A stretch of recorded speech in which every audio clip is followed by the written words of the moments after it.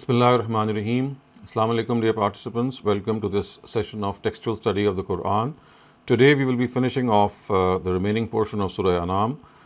This surah, as you all know, is specifically addressed to the Quraysh. It is the first surah of the second chapter of the Quran, and its counterpart is Surah Araf, which we will start studying inshallah from our next session. This particular surah has made it evident on the Quraysh that the religious innovations that they had become entangled in and the polytheism that they had invented, and the Quran calls it a concoction, a fabrication, an invention, was something that was completely baseless. They had no proof for associating partners with God. And now we are finishing off this surah with this very important note, that once the religion of Abraham has become absolutely clear to them, and the way they have totally disfigured it and corrupted it is also become evident, they should also now hear what the nature of guidance was right after Abraham, when the next book that was given in the sense that it was a complete book was the Torah and given to Prophet Moses. So we start off here. ثم آتينا موسى الكتاب تماما على الذي أحسن وتفصيلا لكل شيء وهدى ورحمة لعلهم بلقاء ربهم يؤمنون. This is the religion of Abraham. After this, we then gave Moses the book to complete our favor on him who was thorough, as an explanation of everything related to religion, and as guidance and mercy, so that people believe in meeting with their Lord. So basically, these words are a portrayal of Moses in precisely the same way as we have the portrayal of Abraham in the words Allazi Waffa. And you see the words are Summa Atayna Musal Kitaba Tamaman Alallazi Ahsana, the one who was very thorough. And about Abraham, the words are Allazi Waffa, which means that who was very sincere, who fulfilled his promises. The purpose is to delineate the fact that God's favor was completed on him because he was worthy of it. When God chooses someone for prophethood, he chooses outstanding individuals who acknowledge their obligations to God's hidden and open favors and discharge them with thoroughness. So as far as the next part is concerned, it says وَهُدًى وَرَحْمَةً لَعَلَّهُمْ بِلِقَاءِ رَبِّهِمْ يُؤْمِنُونَ, which means that as guidance and mercy. So he was given the book. Of course, the book here refers to the Torah, and it is said that it was guidance and mercy. Now, there is a little explanation to this, that guidance with regard to the objective and a mercy with regard to its consequences, so that people are guided in this world to meeting him and become worthy of his mercy and favors in the hereafter. So the start of this whole sentence can clearly tell you how this favor was something that God did upon Moses. He gave all the essential details that were required in the book that was revealed to him, which was the Torah. We know that the language of the Torah is Hebrew, and it is no longer preserved in its original language. It was totally lost 2 or 3 times, and later on we know that many centuries later the prophet Ezra actually was one who reproduced it from his own memory many centuries after Moses, and it was written down. And precisely it seems that this was the reason that the Jews of Arabia, they regarded him to be Son of God. So just as the Christians, they regard Jesus to be the Son of God, the Jews specifically, only of the Arabian Peninsula, not anywhere else, they regarded Ezra to be the Son of God. And this is something that incriminated them, and the Quran has pointed this out in detail. So about Moses, it is said that this book was given to him because he was thorough. He was someone who had proved himself to it, and the Torah actually has all essential details that are essential for the delineation of religion. وَهَذَا كِتَابٌ أَنزَلْنَاهُ مُبَارَكٌ فَاتَّبِعُوهُ وَاتَّقُوا لَعَلَّكُمْ تُرْحَمُونَ أَن تَقُولُوا إِنَّمَا أُنزِلَ الْكِتَابُ عَلَى طَائِفَتَيْنِ مِنْ قَبْلِنَا وَإِن كُنَّا عَن دِرَاسَاتِهِمْ لَغَافِلِينَ. And now we have revealed this truly blessed book. So follow it and fear God, so that you are shown mercy. It has been revealed, lest you say, the book was revealed to the 2 earlier communities, and we had no knowledge of its reading and teaching. So the first thing that you can note is the word kitab, of course, refers to the Quran. And it is being said that after Moses, the complete book that was revealed was the Quran. And then it is said, Mubarakan, it is something which is blessed. And the word Mubarak has been used in the Quran at many instances for the Quran itself. And it becomes a source of irrigation to bring forth greenery and vegetation. The word Mubarak, actually you can see, is used for rain, and rain that brings forth greenery, vegetation, lushness in the scenery around you.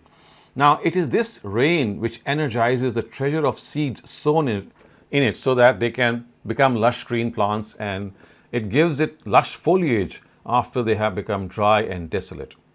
In a similar pattern, this word is also concealed, in this word is also concealed the metaphorical meaning that this Quran too has been revealed to bestow mankind with new life after its spiritual death and revive religious guidance after it has been adulterated with alien concepts. So the word Mubarak is something that has to be very, very carefully and cautiously understood, that it's a blessed book. It is a book that is meant to revive your hearts.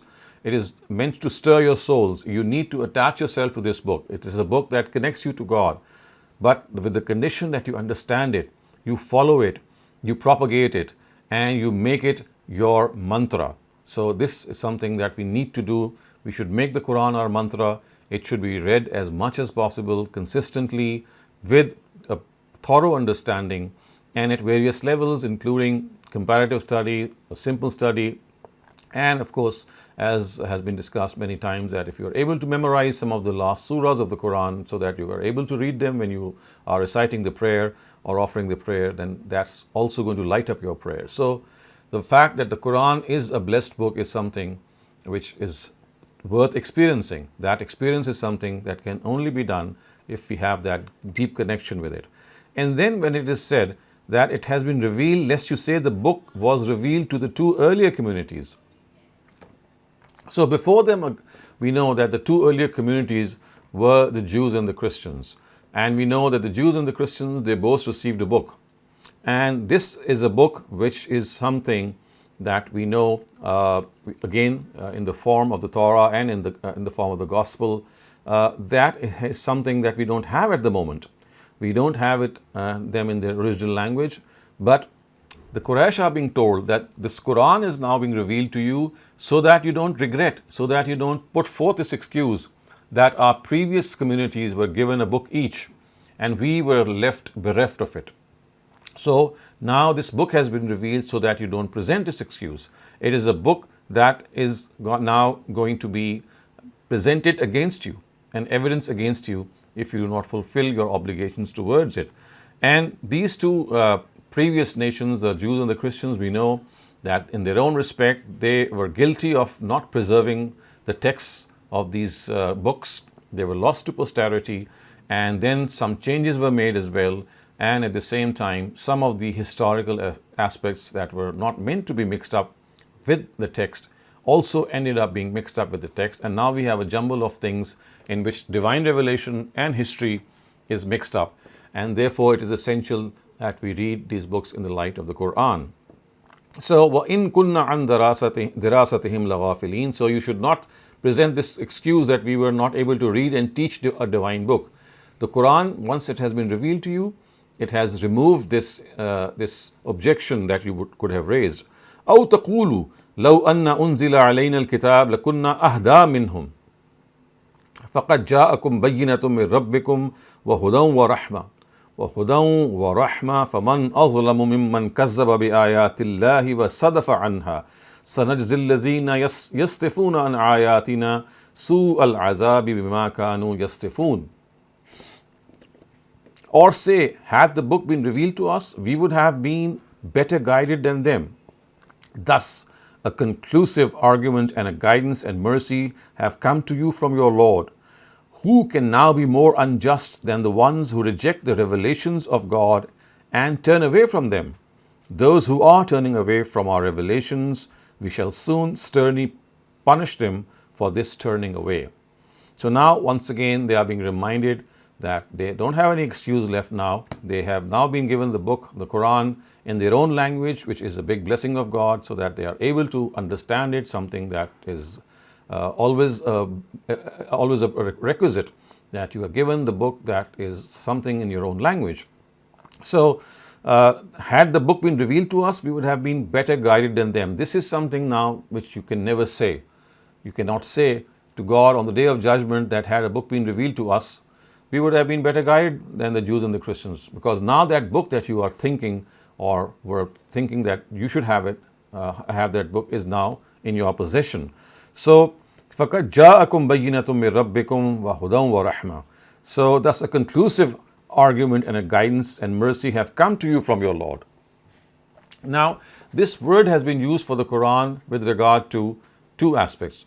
The first is that the Quran is an evidence to its own self. The word bayyana, if you look, the word bayyana means a conclusive argument, something which is a radiant argument, that it is the book of God that does not require any external evidence. It's an evidence to its own self. Secondly, it presents its message with such clarity and certainty, and with such a strong rationale, and with such profound arguments drawn from human intellect and nature, that its addressees are left with no excuse to deny it. They are not left with any excuse to deny it. And فَمَنْ أَظْلَمُ مِمَّنْ كَذَّبَ بِآيَاتِ اللَّهِ, who can be more unjust than a person who rejects the revelation of God and turn away from them? Those who are turning away from our revelations, we will soon sternly punish them for this turning away. So now that this book has been revealed, they are left with no excuse. They are left with no excuse to deny it. And if they continue to deny it, then as this verse says, سَيَجْزِي الَّذِينَ يَسْتَفُونَ عَنْ آيَاتِنَا, that we shall soon sternly punish people who turn away from this book, because now they have been left with no excuse. هل ينظرون إلا أن تأتيهم الملائكة أو تأتي ربك أو يأتي ربك أو يأتي بعض آيات ربك يوم يأتي بعض آيات ربك لا ينفع نفسا أيمانها لم تكن آمنت من قبل أو كسبت في أيمانها خيرا قل انتظروا إنا منتظرون. Are they only waiting for the angels or your Lord to come to them, or a special sign from among the signs of your Lord to appear to them? The day such a sign of your Lord manifests, on that day the faith of a person will not be of any benefit to him who did not accept it earlier or did not earn any good from his faith. Say, if you insist on this, wait, we too are waiting. So when it is said that in such a case a person's faith will not be of any benefit to him who did not accept it earlier or did not earn anything good from this faith, it is evident from this that only the faith which is professed while using the faculties of hearing, sight and intellect, which has any value before God, not after directly seeing God and His angels and witnessing them. So this is something that's not going to be beneficial. These faculties have been given to a person so that he can profess faith by using them without demanding to first visually see things in which faith is professed. So this would be something of a naivety and something of a thick-headed person who demands that I will only believe something unless I see it. The Quran calls this attitude in which you profess belief without demanding to be seen or to be shown something as iman bil ghaib, which means that without seeing, you believe something not blindly, but because you know that whatever you are being asked to profess belief in is something that is absolutely evident. This is much like the fact that wherever you see smoke, you know that there's going to be fire. What would you think about a person who insists that unless I go and verify the smoke and see that there is fire, I'm not going to believe that there is a fire? Obviously, you know what opinion we would hold for such a person. So there is smoke, you know that the smoke tells us about the fact that there is a fire around it. So the Quran calls this attitude to be iman bil ghaib, that you profess faith not by demanding to go and see what you are required to profess faith in, but because it is evident by all methods and intellectual reasoning that whatever you are being asked to profess faith in is something that actually is going to lead you to salvation. And a person who does not have righteous deeds in his account should not expect any benefit from his faith either. So, and then it is said, if you insist on this, then wait, and we too are waiting. So, in other words, they are waiting for God's verdict, which He necessarily gives to the disbelievers of God's messengers once the latter have conclusively conveyed the truth. And this, of course, in the terminology of the Quran is also called Itmamul Hujjah, which means now the truth is evident. And when a messenger and his companions have done what is required of them, and the stubborn and rebellious still do not pay heed, then they too have to wait for God's verdict, because the supremacy, the dominance of the truth is related to the manifestation of this verdict. The desire of destruction for opponents is not the real purpose. Remember, when God says that you wait and I am also waiting, or we are also waiting, in the sense that the believers are waiting, it's not that the real objective of this wait is their destruction. The mission of the prophets of God is to spiritually purify and rectify the lives of people. They expend all their energy with concern, sympathy, and kindness for this mission. Those who have the slightest element of good in them accept this reformation from them, and those who become blind and deaf to these calls are actually dead in their heart. If their corpses remain on the land, they will be stagnated, and they'll stagnate and spread disorder. So therefore, God orders for their destruction. And this is something that we have to understand. إِنَّ الَّذِينَ فَرَّقُوا دِينَهُمْ وَكَانُوا شِيَعًا لَسْتَ مِنْهُمْ فِي شَيْءٍ إِنَّمَا أَمْرُهُمْ إِلَى اللَّهِ ثُمَّ يُنَبِّئُهُمْ بِمَا كَانُوا يَفْعَلُونَ. O Prophet, you have no relationship with those who, leaving this straight path to which they were guided by God, have created divisions in religion and have split themselves into sects. Their matter rests with God alone, so He alone will then tell them what they had been doing. Again, something that we have to fully understand, that إِنَّ الَّذِينَ فَرَّقُوا دِينَهُمْ وَكَانُوا شِيَعًا. Again, something what the Quran has said a number of times, that the straight path of God is the one which Prophet Abraham had taught them, and which the Quran has now once again made plain to them. Its followers were a single community. As we know from the Quran, كَانَ النَّاسُ أُمَّةً وَاحِدًا. At the beginning, mankind was one community, and then differences arose because they created differences themselves. And if the Jews and the Christians and the idolaters of Arabia have created these divisions in it and become its portions and sects, the Prophet should leave them alone and strongly adhere to it himself. He has fulfilled his obligation. If they do not accept, then he should merely ignore them. So, innama amruhum ilallah, then their matter must be consigned to God. Summa yunabbihum bima kanu yaf'alun, then God is going to inform. Their matter rests with God, and He alone will then tell them what they had been doing. So in other words, the Prophet should now not worry about them. He should just leave them alone, leave them to themselves. It is now God and them, between them, they'll settle the matter. God's going to settle their affair, and they'll get to know what they have been doing. Man jaa bil hasana falahu ashru amthaliha wa man jaa bis sayyi'a fala yujza illa mithlaha wa hum la yuzlamun. Then he who brings forth a good deed, to him will be rewarded tenfold, and he who brings an evil deed will be rewarded in proportion to it, and no injustice will be meted out to these people. So this is the minimum reward that has been mentioned. It does not negate other favors and blessings of God. We know that have been mentioned in the Quran, that at times deeds are rewarded 700 times their own original value. So it is the minimum reward, that every good deed that you do will fetch you 10 times the reward. But this is the minimum reward. We see from the Quran at times that it is much more also mentioned, and that is God's mercy. And that is something that we have to actually fully understand.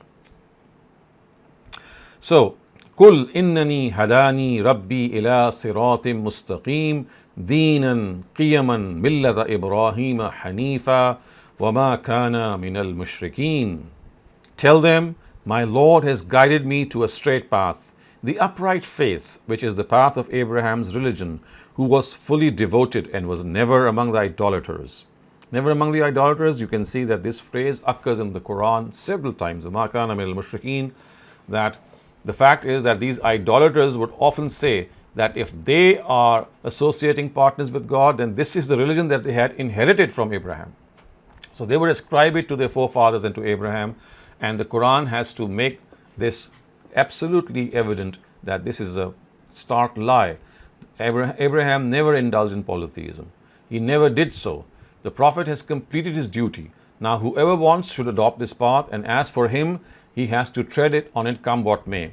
This is because his God has told him that he is the follower of the upright religion. So in other words, these people, they should know that Abraham was always a follower of monotheism. He was never a polytheist, and that is why the Quran repeatedly says, وَمَا كَانَ مِنَ الْمُشْرِكِينَ قُلْ إِنَّ صَلَاتِي وَنُسُكِي وَمَحْيَايَ وَمَمَاتِي لِلَّهِ رَبِّ الْعَالَمِينَ لَا شَرِيكَ لَهُ وَبِذَلِكَ أُمِرْتُ وَأَنَا أَوَّلُ الْمُسْلِمِينَ.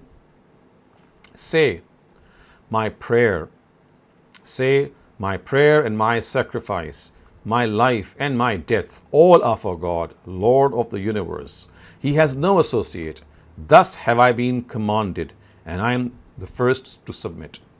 So again, this is something which the Prophet has been said, that you have to tell, Kul inna salati wa nusuki wa mahyaya, which means that we must understand that as far as this life is concerned, it's a very, very elegant comparison. A believer's life is a prayer. If you look at the verse once again, Inna salati wa nusuki wa mahyaya wa mamati lillahi rabbil alameen.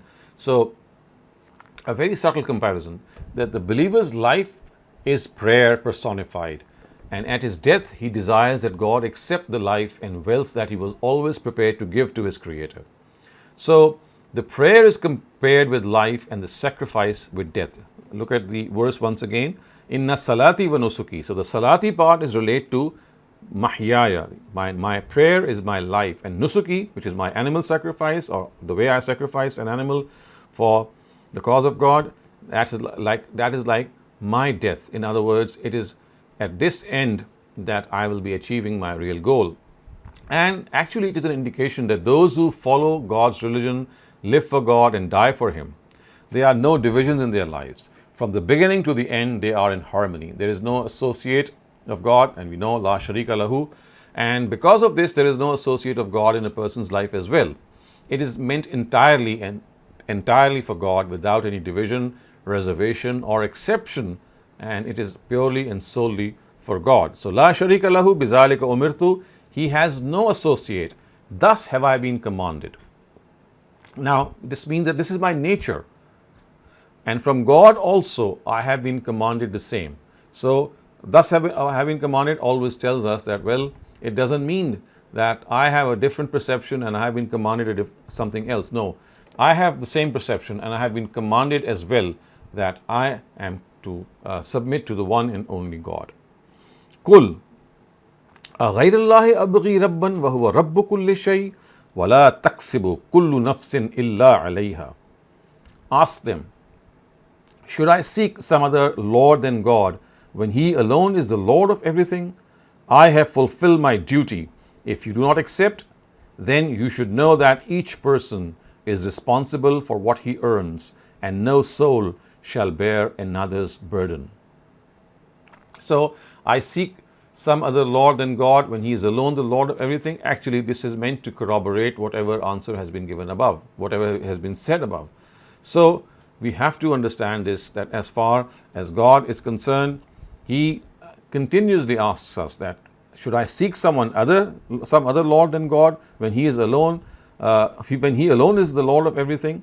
So in other words, the Prophet is trying to tell them that they are left with no excuse. They absolutely are sure that God is one, but it is their own worship of their ancestors that is not letting them let go of their own beliefs. Otherwise, they would have done so, because the truth has become evident to them.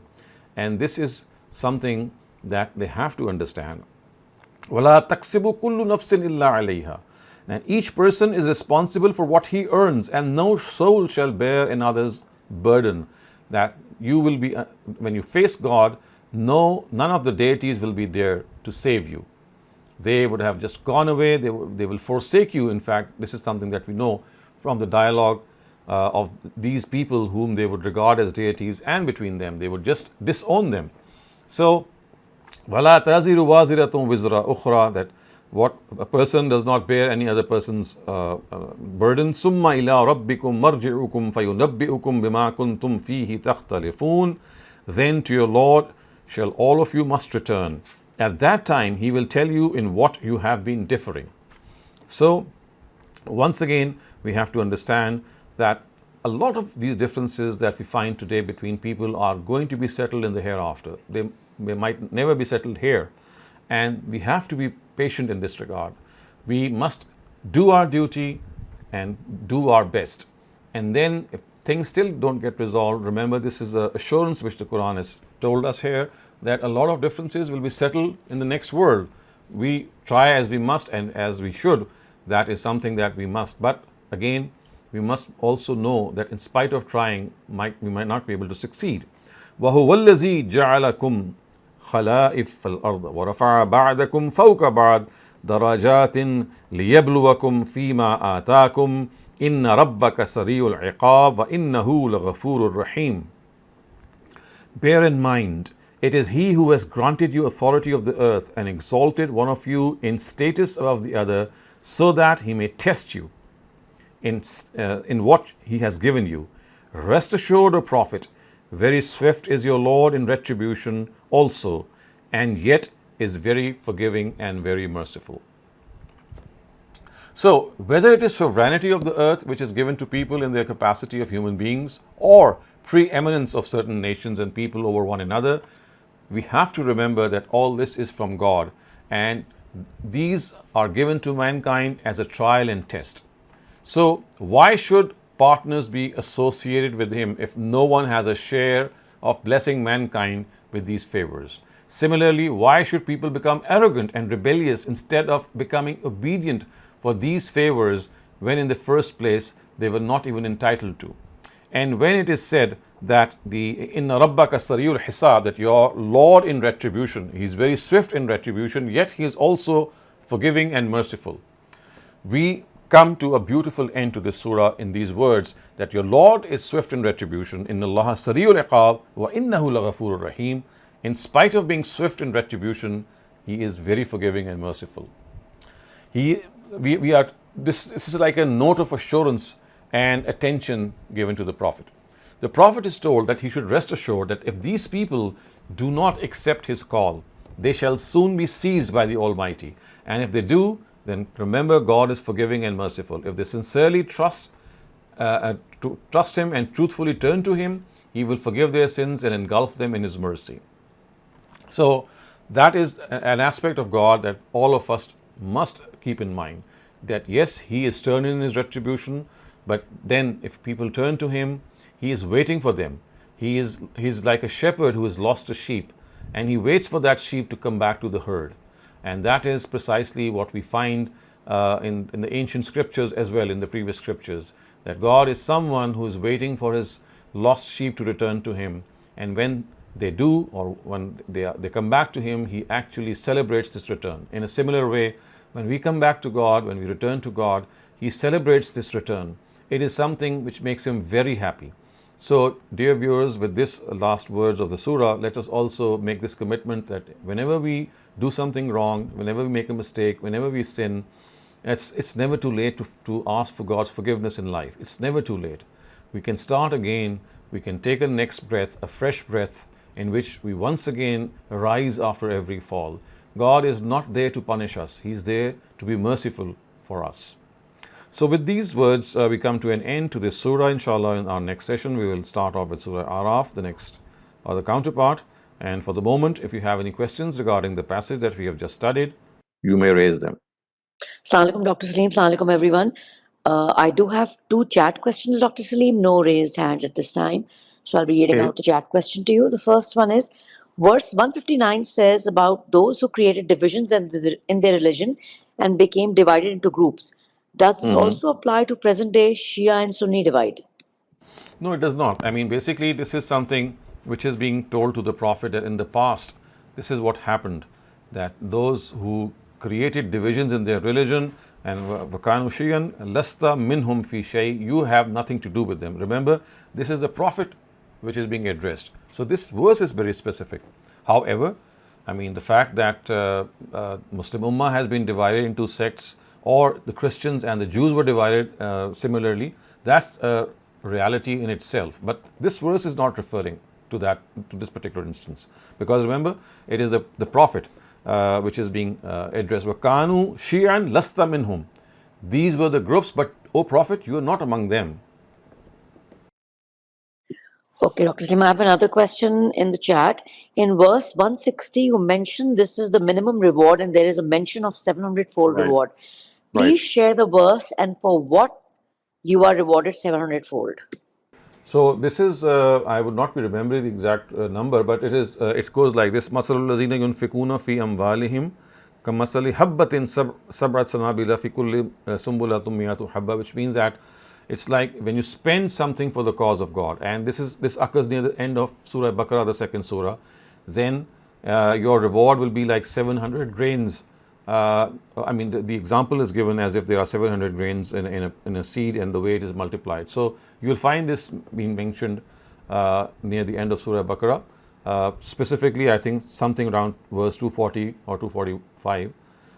This mentions this I would say a windfall reward. Okay, I do not have any raised hand at this time, Dr. Saleem. If you want to continue with the idiomatic translation, I'm hoping that by the end of that, we'll have people asking questions. Okay, so we start off the idiomatic translation. As I said, this is the last portion of Surah Anam. So it starts off, Summa Atayna Musa, Summa then, Atayna we gave, Musa Moses, Al-Kitab the book, of course referring to the Torah, Tamaman to complete, Alallazi on those, on he, Ahsan who was thorough. So we gave Moses the book to complete our favor. Tamaman Alallazi Ahsan, to the person who was Ahsan, to the person who was thorough. Wa and tafsilan as detail, likulli of every, shay'in thing. So we gave Moses the book to complete the favor on someone who was thorough, alallazina ahsan, ala upon allazi who ahsan was thorough, and as a book that would provide details of everything. Obviously, in the context, it means everything that relates to religion, not everything of the world. Wa and hudan as guidance, wa and rahma as mercy, la'allahum so that they, biliqa'i with the meeting, rabbihim of their Lord, yu'minun believe. So we gave them this as guidance and as mercy, so that these people believe that they are going to meet their Lord. Liqa'i rabbihim yu'minun. Wa and haza this, kitabun book, anzalnahu we revealed to him, we have revealed this blessed book. Wahaza kitabun anzalnahu, we have anzalnahu, the word who is actually referring back to the book. The antecedent of this pronoun is the book. Wahaza kitabun anzalnahu, and we have revealed this book, mubarakun, as a blessed book. Mubarakun as a blessed book. Fattabi'uhu, so you follow it. Wa and ittaqu, fear. Now, fear, of course, the word here means fear God. Wattaqullah, the word God is not mentioned, but is it obvious? Wattaqu la'allakum, so that you, turhamun, shown mercy, so that you are shown mercy. So that, or lest in this case, taqulu, you say, innama, indeed, unzila, revealed, al-kitab, the book, ala, upon, ta'ifatain, two groups, min qablina, before us. So, antaqulu, lest you say that a book was revealed, innama unzil al-kitab, ala ta'ifatain, upon the two groups, ta'ifatain, the two groups, min qablina, before us. As we just discussed, they refer to Jews and Christians. Wa and indeed, kunna, we, an, from, dirasatihim, its teaching or their teaching, laghafilin, unknown. And you say that we were unaware of its teaching. So in other words, this is what you might have said, had we not revealed the book, that in kunna an dirasatihim laghafilin, that we are unaware of its teaching. Or taqulu, you say, law, if anna, we, unzila, revealed, alayna, upon us, al-kitab, the book, lakunna, then indeed we, ahda, more guided, minhum, than them. Or had the book been revealed to us, I mean, this is again the second thing that they would say. Or you say that had the book been revealed to us, we would have been more guided. Lakunna ahda minhum, more guided than them. Ahda minhum. So, faqad, indeed, ja'akum, come to you, bayyinatun. Bayyinatun means a clear argument. Min, from, rabbikum, your Lord, wa, and, hudan, guidance, wa, and, rahma, mercy. Faqad ja'akum, indeed, has come to you a clear argument, bayyinatun, clear argument, min rabbikum, from your Lord, wa, and, hudan, and guidance, and, rahma, and mercy. Faman, therefore who, azlamu, more unjust, mimman, than he, kazzaba, who denied, bi ayatillah, God's revelation. So who can be more unjust than the person who denied God's revelations, wa, and, sadafa anha. Sadafa anha would mean who turned away. Sadafa an actually means to ignore something or to turn away from something. Ha is that thing. Sadafa anha would mean who turned away from those revelations. Sanajzi, soon we shall reward. Allazina, those who, yasdifuna, turned away, an, from, ayatina, our revelations. Su'al azab, a bad punishment. Bima, because, kanu, they, yasdifun, turned away. So soon we shall reward those people who turned away from our revelations with a very evil punishment because they turned away. Bima kanu yasdifun, because they turned away. Hal, if, hal, or we can translate this as a question. So does yanzuruna, or do, yanzuruna would mean do they wait, illa, except, an, that, ta'tiyahum, come to them, al-malaika, the angels. So do they wait that the angels should come to them? Or ya'tiya rabbuka, or your Lord comes to them. I mean, do they wait that angels come to them or your Lord comes to them? Or ya'tiya, come, ba'du ayati rabbik, some signs of your Lord. So are they waiting that angels should come to them or their God should come to them or some signs of your Lord should come to them? Yawma, the day, ya'ti, comes, ba'du ayat, some of the signs, rabbika, of your Lord. So the day some of these signs would come, la yanfa'u, la, not, yanfa'u, benefit, nafsan, soul, imanuha, its faith. So when the sign actually manifests them, the day that these signs actually come, la yanfa'u nafsan imanuha, and that at that time a soul will not benefit from the faith. Lam takun amanat, that soul, lam, not, takun, who could, amanat, profess faith, min qabl, before.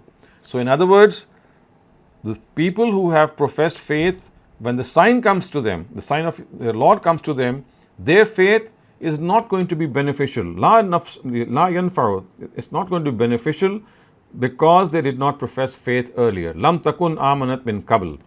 Or kasabat, they earned, fi aymaniha, regarding their faith, khaira, or did not earn anything good from his faith. So such people who profess faith after seeing these signs will not be in any way succeed.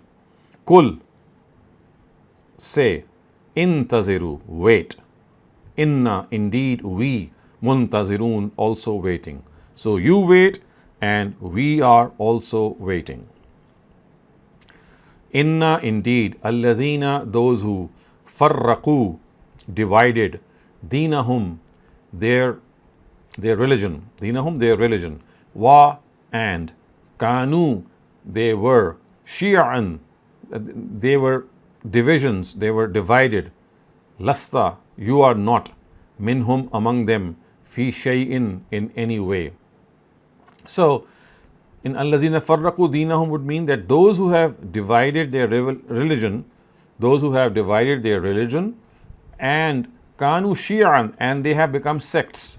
Lasta minhum, you are not among them, O Prophet, in any way. Fi shay'in, in any way you are regarding any of these things, you are not among them. Innama, indeed, amruhum ilallah, amruhum, their matter. Innama, indeed, innama amruhum, indeed their matter, ilallah, towards God. Indeed their matter rests towards God, or rests with God. Summa, then, yunabbi'uhum, he will inform them. Yunabbi'uhum, he will inform them. Bima kanu, what yaf'alun, they were doing. So then he will inform them of what they were doing. Man, he, ja'a, comes, bil hasana, with a good deed. Falahu, therefore for him, ashru amsaleha, a reward of 10 times. Ashru, 10, amsaleha, times. So a person who comes with one good deed, he will be rewarded 10 times that good deed. Wa, and man, he, ja'a, comes with bisayya, with one evil deed. Fala, he will not, yudza, given reward, illa, except, mislaha, according to it. So he who comes with one bad deed, he will given 1 unit of punishment. So fala yudza illa mislaha would mean that he will be rewarded equal to that bad deed. So it's not that he will be penalized 10 times, the way it is the case with good deeds. Wa, and whom they, la yuzlamun, they will not be wronged. They will, no injustice will be, these people will be not dealt with through injustice. Qul, say, innani, indeed I, hadani, guided me, Rabbi, my Lord. So indeed my Lord has guided me, ila, towards, siratin, way, mustaqim, straight. So Qul, say, my Lord has guided me to a straight path. Deenan, qiyaman, millata Ibrahim hanifa. Deenan, qiyaman, deenan, of faith, qiyaman, upright. Millata Ibrahim, the path of Abraham. Hanifa, who was devoted. So it is the upright faith which is the path of Abraham's religion, who was totally dedicated. Ibrahim Hanifa, Hanifa means totally, entirely dedicated to God. Wa, and ma, not, kana, he, minal, among, al mushrikeen, the disbelievers, and he was not among the disbelievers. Qul, say, inna, indeed, salati, my namaz, my prayer, wa, and nusuki, my sacrifice, referring to animal sacrifice, wa, and mahyaya, and my life, wa mamati, and my death, lillahi, for God, Rabbil Alameen, Lord of the worlds. La sharika lahu, la, not, sharik, associates, partners, lahu, with him. So there are no associates with him, there are no partners with him. Wa, and bizalika, about this, umirtu, I have been directed. And I have been directed about this. This is what the Prophet is saying. Wa, and ana, I, awwalu, first, muslimin, believers. And I am the first of the Muslims, I am the first of the believers. Qul, say, aghaira, aghairallah, do you, other than God, abghi, should I find someone other than God? So qul is say, will, aghairallahi abghi, should I seek someone other than God? The construction actually is kul abghi ghairallah, kul abghi ghairallah. So basically the verb has been deferred. Abghi is to seek or to find. So literally it would mean, should other than God I find, or in other words, should I find someone other than God, Rabban as Lord, wa, and huwa, he, Rabbu kulli shay, he is the Lord of everything. So should I find someone other than God as Lord, whereas he is the Lord of everything? Wa huwa Rabbu kulli shay. Wa, and la taksibu, does not, la is not, taksibu, earns, kullu, every, nafsin, soul, illa, except, alayha, what is upon it. So this is the literal translation. So idiomatically it would mean that wala taksibu, not earn every soul except what is upon it, which means that each person is responsible for what he earns. Each person is responsible for what he earns. Wa, and La, not. Taziru, bears. Waziratun, waziratun means someone who bears a burden. Wizra, the burden. Ukhra, of someone else. So, La taziru waziratun would mean no bearer of burdens will bear the burden of some other soul. No bearer of burden will bear the burden of another soul. Wizra ukhra, some other soul. The burden of other soul. Summa, then. Ila, towards. Rabbikum, your Lord. Marji'ukum, you will return. Fayunabbi'ukum, then he will inform you. Bima, about. Kuntum, you were. Fihi, in it. Takhtalifun, differing. So then to your Lord you will return, and he will tell you. He will tell you bima kuntum fihi takhtalifun, about what you were differing. Wa, and. Huwa, he. Allazi, who. Ja'alakum, made you. Khalaifa, successors. Al-ard, of the earth. So he is one who gave, who made you successors. And here the word Khalifa is actually referring to their political authority. So the word Khalifa, whose plural is Khalaif, it refers to a successor. It also refers to a person who has political authority or has the freedom to express that authority. So وَهُوَ الَّذِي جَعَلَكُمْ خَلَائِفَ الْأَرْضِ, it is he who made you people of authority in the land. Wa, and. Rafa'a, raised. Ba'dakum, some of you. Fawqa ba'd, upon others. Darajat, in status. Liyabluwakum, so that he tests you. So it is he who has raised you some above the other in status, so that he can test you. Fima atakum, in what he has given to you. Fima, in. Ma, that. Given to you. Atakum, so that he can test you in what he has given to you. Inna, indeed. Rabbaka, your Lord. Sari, very fast. Al-iqab, in reckoning. Indeed your Lord is fast in reckoning. Wa, and. Innahu, he. Indeed he. Laghafur, forgiving. Rahim, merciful. And indeed he is also forgiving and merciful. So with this we come to an end to the surah as well.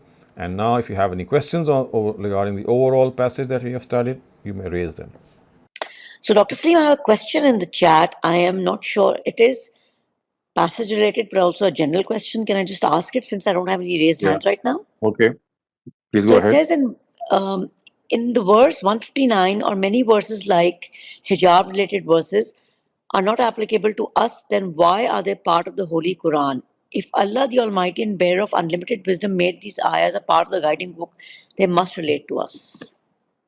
So you see, this is a very common misconception that every verse of the Quran must relate to you. Why? Why should it relate to you? Because it's not a book that is concerning you on some occasions, because you see, it is narrating the history of the struggle of the prophets of God, and if through that struggle it gets connected to us. Other than that, we have to understand that 80% of religion in itself is something that is inborn. So we know about religion, which is right and wrong. 80% of humanity does not need the Quran for that, no scripture for that. It is something that you already have in your own self. For that 20%, again, there are things which are not even mentioned in the Quran, like worship rituals or the customs and etiquette, like many such things. So they are given to us through the established practice of the Prophet. So the remaining 5 or 10% is the Sharia, which is enshrined in the Quran. Other than that, we have a lot of history. We have people being referred to in the past. We have been told that, look, this is how these people behaved, and this is the fate they met. And if you continue with the way they do, or with the way they did, so your fate will not be any different. So you see, it's like telling us that this is how they proceeded, and the details through which they proceeded, of course, as I said, cannot be extended. So it's like a saga. It's like a story of the past events, in a sense that some of the things that these earlier nations did are being pointed out to us, and we are being warned that we must not indulge in the same vein. And as far as religion is concerned, as I said, very large part of religion is ingrained in us. Some of the parts have been transmitted to us through the sunnah. The only thing which is left, of course, is the Sharia part, which we have we find copious mention in the Quran. And also we know that the Al-Hikmah part, which means that we have many parts of the Quran that refer to moral teachings. Similarly, they refer to our tenets of faith, but they are all interspersed. But as I said, The better part of the Quran relates to the history of the Israelites and to the history of the Ishmaelites. Dr. Sab, like in Surah Baqarah relates mainly to the Jews, and Surah Al Imran relates to the Christians. What would you say is the takeaway from this entire surah? This surah relates to the Ishmaelites, the nation of the Prophet, the descendants of Prophet Ishmael. And if you have a bird's eye view of the surah, you'll see that it points out the deviations that they inserted in the religion of Abraham. It tells us that it started off with the religion of Abraham in its pure way, absolutely pure, but they incorporated additions into it, innovations into it, and some centuries before the Prophet was born, they actually added polytheism. Otherwise, it all started off with monotheistic practices. Abraham, Ishmael, and his descendants, they all followed monotheism. But some centuries before the arrival of the Prophet, this is something that happened. And so, therefore, remember, this is not what Abraham taught them. Abraham was devoted and he was dedicated and he believed in one God. And whatever you attribute to him, he never did so. And if you would like to present any proof, then you have to present that proof, because there is no proof actually. And then, of course, we know that a history of their religious innovations have also been pointed out, and they are being told that whatever they are doing is something that has absolutely no basis, and they still have time to mend their ways. They can still come out of their slumber, but if they don't, then very soon they'll be given that final warning, after which they will be punished. And this is something, as we'll go on in this chapter, the second chapter of the Quran, we'll see will be happening to them in the ninth surah, which is the fourth surah of this chapter. Thank you, Dr. Saleem. I do not have any raised hands right now. May I open the forum for general questions? Yes, please. If anybody has any general questions, we do have some valuable time left. Now is the time to ask your questions. So, Dr. Saleem, I don't see any hands right now, but I'll ask you a question. So, I remember in the beginning of the textual study of the Quran, you had mentioned to us that there were 7 main kind of beings who were addressed or mentioned in the Quran. God. 7 entities, you can say. The entities, of course, means that there is a dialogue of these personnel amongst. The Quran is basically a dialogue of these personnel. The Prophet himself, we have God, we have Satan, we have the Jews and the Christians, we have the hypocrites, and we have the believers. Right. So that is obviously a very obvious and a very clear demarcation for people who understand the Quran. I'm sure, like, of course, we need you to explain that to us, but for scholars, has there ever been any work done to kind of, whoever's speaking the verse, to put like their name there? Has there ever been a thought of? No, that has not been done ever. And in fact, if as a teacher, I often make my students do it, because this is like a very good analysis that you can do of the Quran. That in a classroom, people who would like to study the Quran in depth, so they can actually do this. That they can divide a surah such that the dialogue spoken by these entities can be written in front of them the way we normally do in our own human plane, and that makes the surah a very comfortable reading. Right. Okay, I have a chat question. There's a mention of an evil jinn in the Quran. Do they interact with humans, or can they bother them?